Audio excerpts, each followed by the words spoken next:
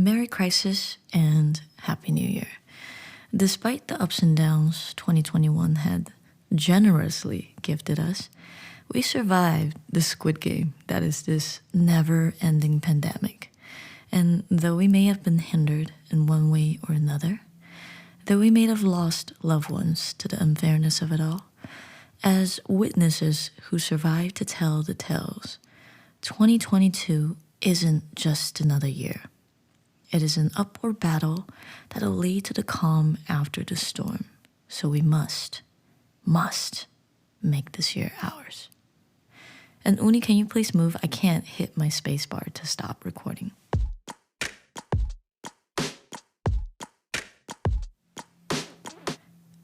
Remember I said I would make a podcast before the year ends? Well, that didn't happen. Thanks to the winter intensive classes we offered at my academy.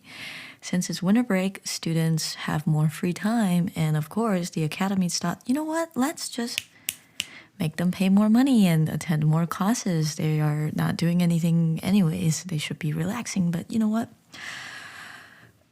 South Korean education hits different. But luckily, I did have Christmas off, and I was able to celebrate with Taro. We kicked off the day with a mask full of tears. Yes, you heard me right. A mask full of tears. I had cried myself a river because we went to see Spider-Man No Way Home at 9:50, bright and early on Christmas Day. Now, I don't usually watch movies at the movie theater. One, because Rona. Two, because movie tickets are so expensive in Korea. So I've only been a handful of times, and each visit held some sort of significant meaning. The very first movie I've seen in Korea was actually Frozen 2. It was a few years ago when I was merely a tourist, and I still remember how excited I was to be able to watch something without subs. Then the next movie was Shang-Chi, or Shang-Chi. You know, let me flex my Mandarin while I still can. I better not lose my mother tongue. I have no one to speak Mandarin with here. I legit talk to my cat in 3 different languages, and she never appreciates my effort. She only replies in meows or silence, coupled with a few side eyes here and there. But yeah, I went to see Shang-Chi for obvious reasons, to show up and show out for the first Asian Marvel film. I'm a firm believer that one should enjoy any MCU films at movie theater because the environment and equipments just really add to the experience. I've seen Infinity War, both of them, at the movie theater for multiple occasions. I kept going back because every time it feels so... Okay, Uni's about to take a poop. Can you give me a sec? Hello? As I was saying, it feels very immersive to be at the movie theater surrounded by just people as well as the screens that they have these days. The movie theater that we went to for Spider-Man No Way Home had a 4DX screen. I didn't know what that means. And when we went to watch the movie, imagine this. It is as if the screen, the projection kind of extends beyond the screen. So we have the screen in front of us, but when we were watching the movie, the walls surrounding us also had some sort of projection. How do I explain this? It was as if they utilize our peripheral vision and they created this illusion that we were seeing everything beyond the screen. Oh my goodness, my brain cells really pulled through.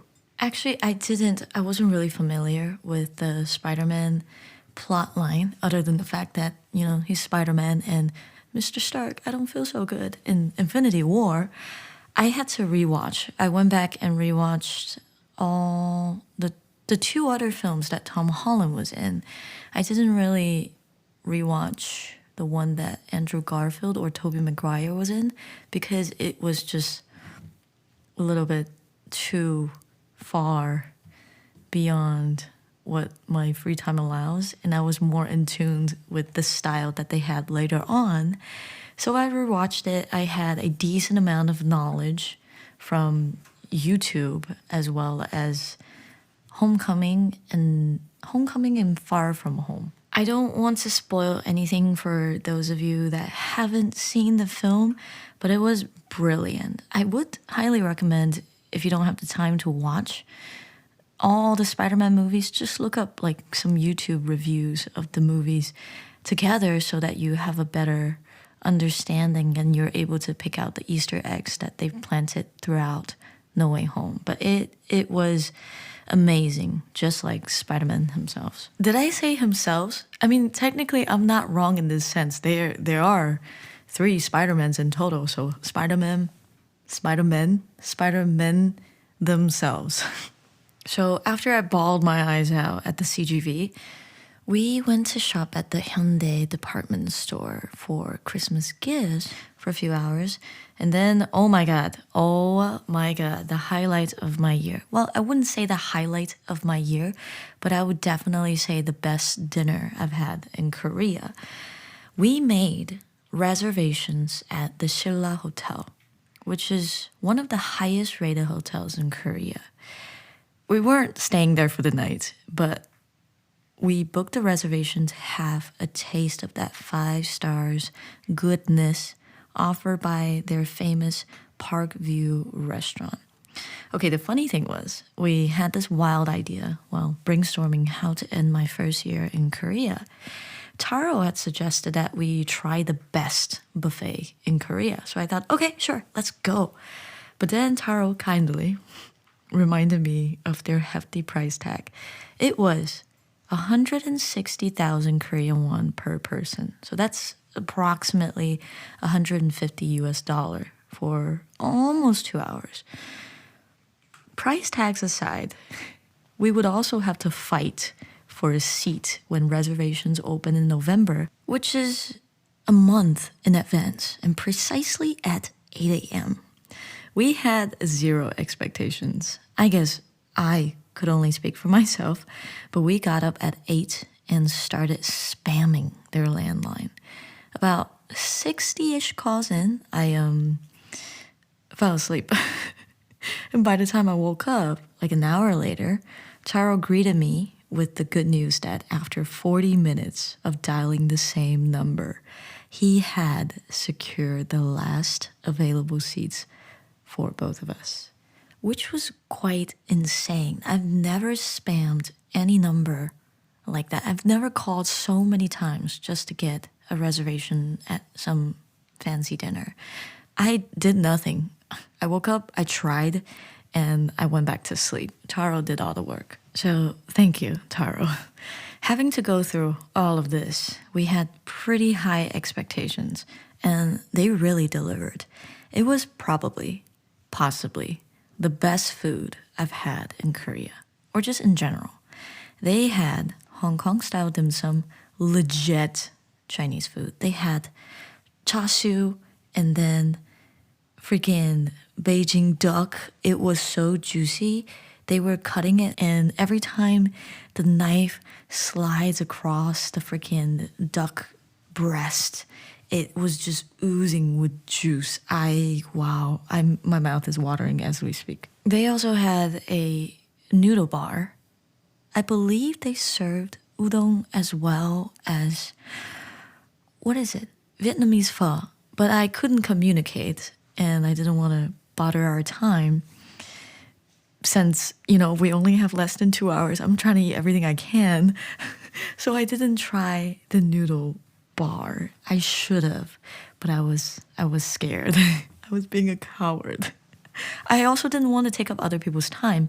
Since I can't speak Korean, if I go to the noodle bar and I can't communicate with the chef, there are lines everywhere. I would have held up the lines and then, wasted other people's time. So because of that, I was afraid and I didn't go.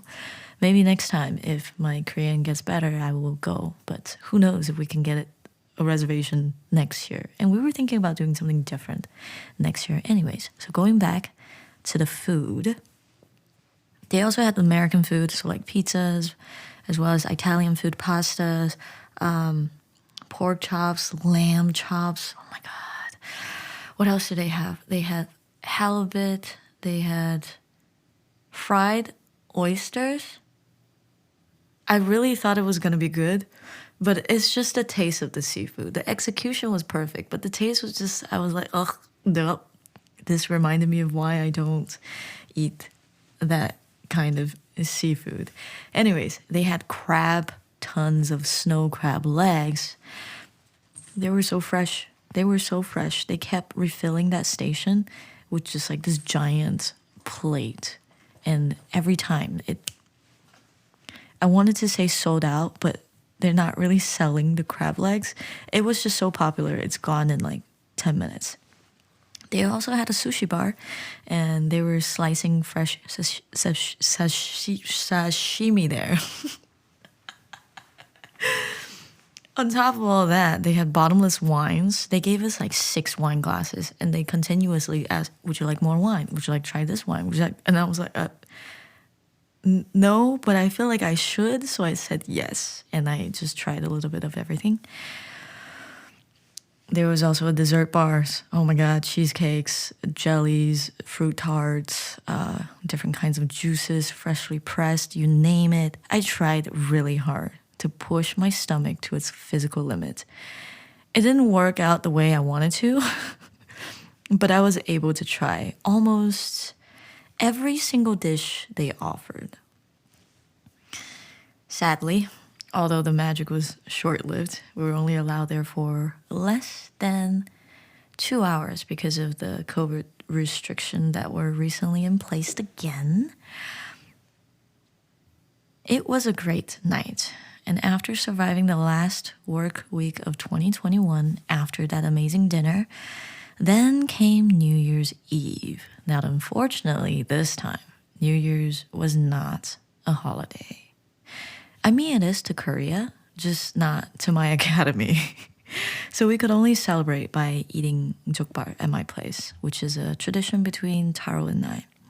Since we both got out of work late, we ate and slept through New Year's. Wait, actually, we were catching up to Spider-Man Homecoming. He hasn't seen that film, so I was trying to explain to him all the Easter eggs that we saw for during No Way Home. And we were eating, and then we were chatting. Then I looked up at the clock, and I realized, oh shoot, it was already past 12. We didn't even do a countdown. We made eye contact, and we said, Happy New Year! And then we proceeded to demolish the plate of jokbal, which is a pork feet, if you didn't know, in front of us. It was very ordinary, but it felt warm to be in each other's presence. Now, in light of a new beginning, many will feel the need to create some sort of New Year resolutions. Though I don't feel the urge to set new goals, I did want to recover certain aspects of happiness that were chipped away during my days abroad. Now, first things first, lack of communication, as I've already mentioned. I was tired of having social anxieties due to my inability to communicate with others. It added another layer to my foreign skin. Every time I head out with my friends or by myself, I feel so stressed, knowing that when I interact with others, there's bound to be some sort of misunderstanding.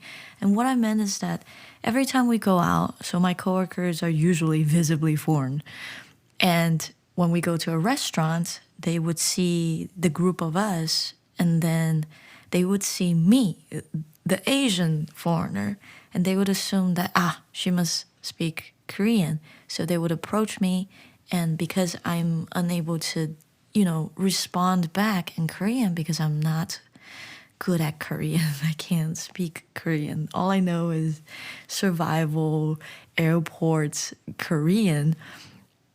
I would feel very guilty in the sense that I had failed their expectations in a way. It's like, I feel so sorry. I know that you thought I was able to help you, but the reality is I can't. So because of that guilt, every time I go outside, I am afraid to interact with others. I want to avoid it at all costs. So I always use kiosk. So when I see a kiosk, I would use that. And sometimes I would even avoid restaurants that did not have a kiosk because I was afraid to order in person. What if I cannot express what I want to do and then I hold up the lines and then they become frustrated? I felt that it was a me problem, so I didn't want to become anyone else's burden. So that is why I don't like to go outside that much anymore, but it's not healthy. There's nothing wrong with being a homebody, but I shouldn't be restricting myself to explore all the goodness that Korea has to offer because of this inability. So I started seriously looking for Korean classes in Seoul. I said to myself, you always said that you want to be better. Then maybe now is the time to actually start, to put a stop to this frustration that you have whenever you head out. So I was looking for, well, specifically one that will fit with my busy schedule, thanks to our winter intensive schedules. I found one, and yesterday I visited that branch in hopes of taking the placement test and as well as an interview. At least that's what it said on their website. So I could be evaluated and then I can register for the right classes for their January semester. But 2022 had other plans. Apparently, I had to make a call to reserve a time to do either of those things. So I made a trip after work because I work on Saturdays for nothing. And I was low-key frustrated since all of this shenanigan could be avoided if they clarified it on their website, but I would channel my inner Elsa and let it go, let it go. So I have to call again on Monday. And I tried to call on Saturday. Tell me why. I mean, I understand why, but tell me why. To sign up for a Korean class, you have to know Korean. Because when I called the person, that person did not speak Korean. I was eating lunch with Taro, and while we were waiting for our food, I dialed the number one more time because I kept calling after I went to the branch, and after I was rejected, I thought, well, let me not waste time. Let me just do this right away because I have a bad habit of procrastinating everything, and I thought this year is the year. Stop it. Stop doing that. So I called, and this time they pick up. So I'm sitting in front of Taro, trying so hard to remember what I had papagoed 1 hour ago because I was getting ready to prepare myself for what I need to say to the person on the other side of the line if they picked up, but they never did. So I kind of just forgot about it. Then this time the line connected. I was like, I was like, 안녕하세요. 한국어 수업 신청하고 싶습니다. And then basically it's like, oh, I want to sign up for the Korean class. Then I remember nothing else. She started speaking rapid fire. I was like, And Taro was looking at me. He's like, let me, give me the phone. Let me help you. And then I asked him, so at what point did you decide to reach over and help me out? He goes, well, when your lips started quivering. I was like, true. But once again, they told us, sorry, you can't register for placement test because no one is available this weekend, so you have to call again on Monday. So tomorrow I will try to call again to see if I can do a placement test and an interview.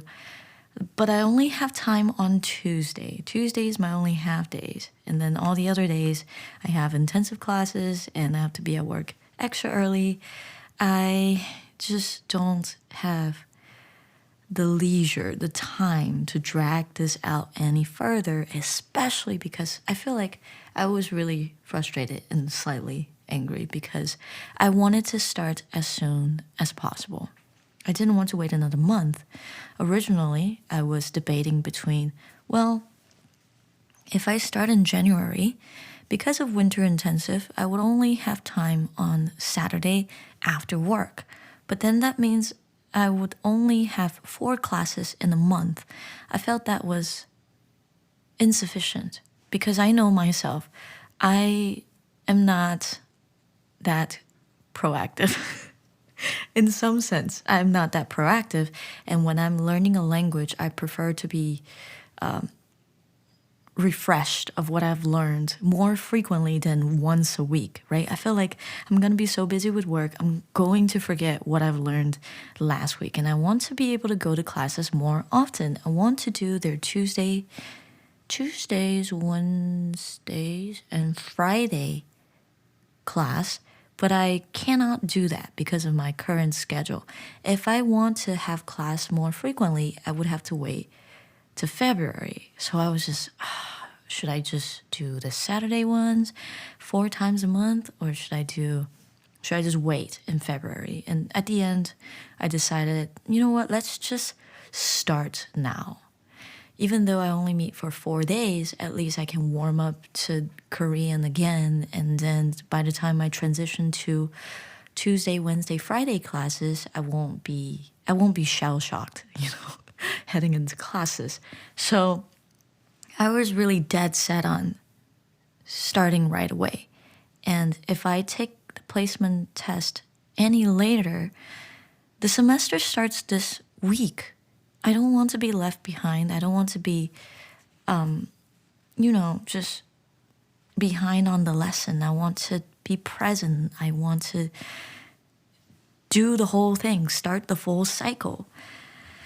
But life, it's fine. I need to accept that it will never work out the way I want it to, and I just have to improvise as I go. The second change I've adapted recently was attempting to stay more productive at night by charging my phone downstairs and waking up an hour earlier. So as I mentioned in my last podcast, I live in a loft and I have my desk, my work area downstairs, and I sleep upstairs. The decision to charge my phone elsewhere is due to the fact that I get terribly distracted at night when I should have been sleeping. There was this feeling of not wanting the day to end, so I would usually end up scrolling endlessly to delay my bedtime, which was extremely unproductive and unhealthy. By prolonging my day in a pointless way, I was taking away the energy and time that should have been reserved for the next day. Waking up an hour early was also what the heck? Also an attempt to counter the damage made by these unhealthy habits and my busy schedule. That way, I cannot excuse myself for achieving nothing personally.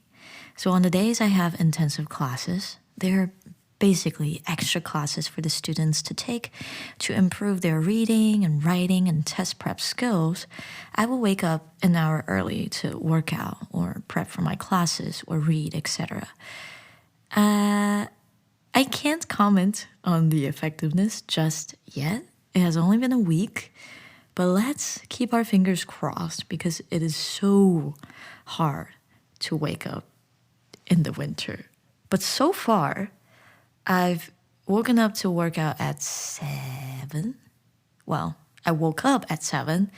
I got to the gym at around 7:20, and I finish at about 8. I come back, I shower, I prep my classes, I eat, and then I leave for work. So far, it has been productive, and by leaving my phone downstairs, I fall asleep faster. Well, I never have any issues sleeping. I had insomnia in college, but generally, on a good day, I could knock out in 5 minutes or less than 5 minutes. Depends on how tired I am. So those are the changes, the major changes I'm implementing since we've entered 2022. As an end goal, I want to, and I will, I'm going to manifest this. I'm going to say it out loud in the universe so that it will happen, so that it will keep me accountable for making this possible, making this happen for myself. I want to, and I will finish paying back the second to last student loan I have left on my account. It is around $12,000. Yes, $12,000. It's double the amount of the first loan that I paid off last year. But if I stay disciplined, I will be debt-free in 32 months. Thanks to Taro's calculations. I'm still struggling to prove myself to my parents, especially my mother. I understand that I don't have to. I am aware that I am an adult. But if you are the eldest in an Asian family, I know you would understand. This would be a concrete and measurable achievement I could present to the council. By council, I mean my parents. Oh, speaking of council, I finally convinced my sister to watch Arcane with me. I mean, I've already rewatched it like twice and possibly in need of a therapy just like Jinx does. Regardless, I'm still very excited that she is giving it a second chance. To my fellow listeners, whether you are a League of Legends fan or not, if you are a fan of dramatic character development, insanely detail-oriented animations, heart-wrenching soundtracks, and amazing voice acting, please, I beg you to hop onto this ship before it sails. I'm not even on Riot's payroll to say this, but as a human being that appreciates art, this, my dudes and dudettes, is a masterpiece. I still think about them in the shower sometimes. Respectfully, of course, just like Caitlin Kierman, minus the excellent shot. Well, that is all I have for the 51st podcast of Lactose Intolerant. It is a new season. Thank you for accompanying me into a new cycle around the sun. I have no idea how this year would end, but I will proceed patiently in my own pace to find out. And I hope you will learn to love your journey as well. Now, once again, Happy New Year. Be proud of what you've accomplished, and I hope you get to become the person you wanted to be this year. Don't forget to call your loved ones. I'll see you next week. Stay safe and